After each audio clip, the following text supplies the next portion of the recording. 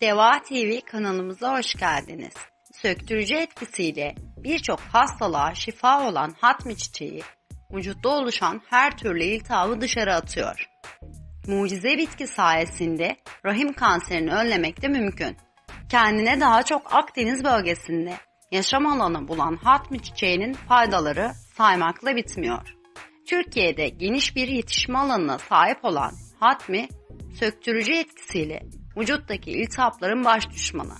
Kök, yaprak ve çiçekleriyle tam bir şifa deposu olan bitkinin yapısında sakaroz, yağ, aspargan, galaktoz, pektin ve nişasta bulunuyor.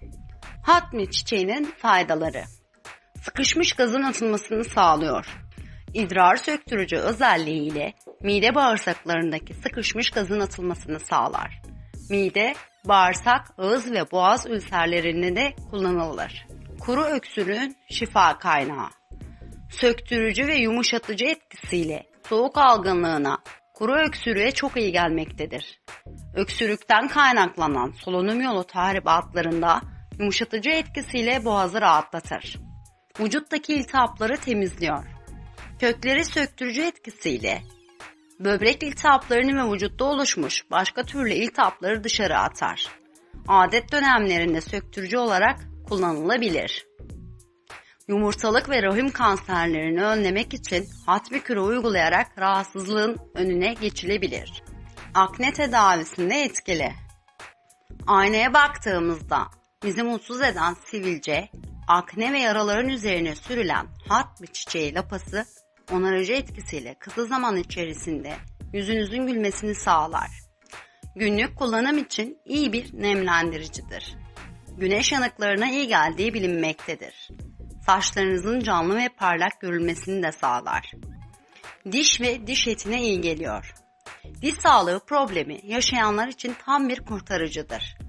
Diş eti çekilmelerinde, diş iltihaplarına iyi gelmektedir.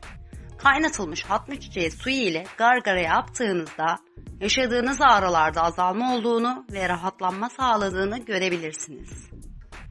Hatmi çiçeği çayı hazırlamak için kaynatılmış bir fincan suyun içerisine bir tutam hatmi çiçeği atılır ve karıştırıldıktan sonra fincanın ağzı kapatılarak hatmi çiçeğinin bu şekilde 2 ya da 3 dakika demlenmesi sağlanır. 1 su bardağı sütü tencereye koyun.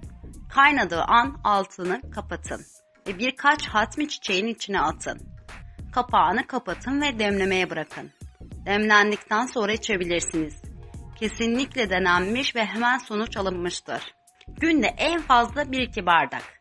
Her bitki ve ilaçta olduğu gibi hatmi çiçeğinde fazla kullanılmasında istenmeyen yan etkiler olabilir.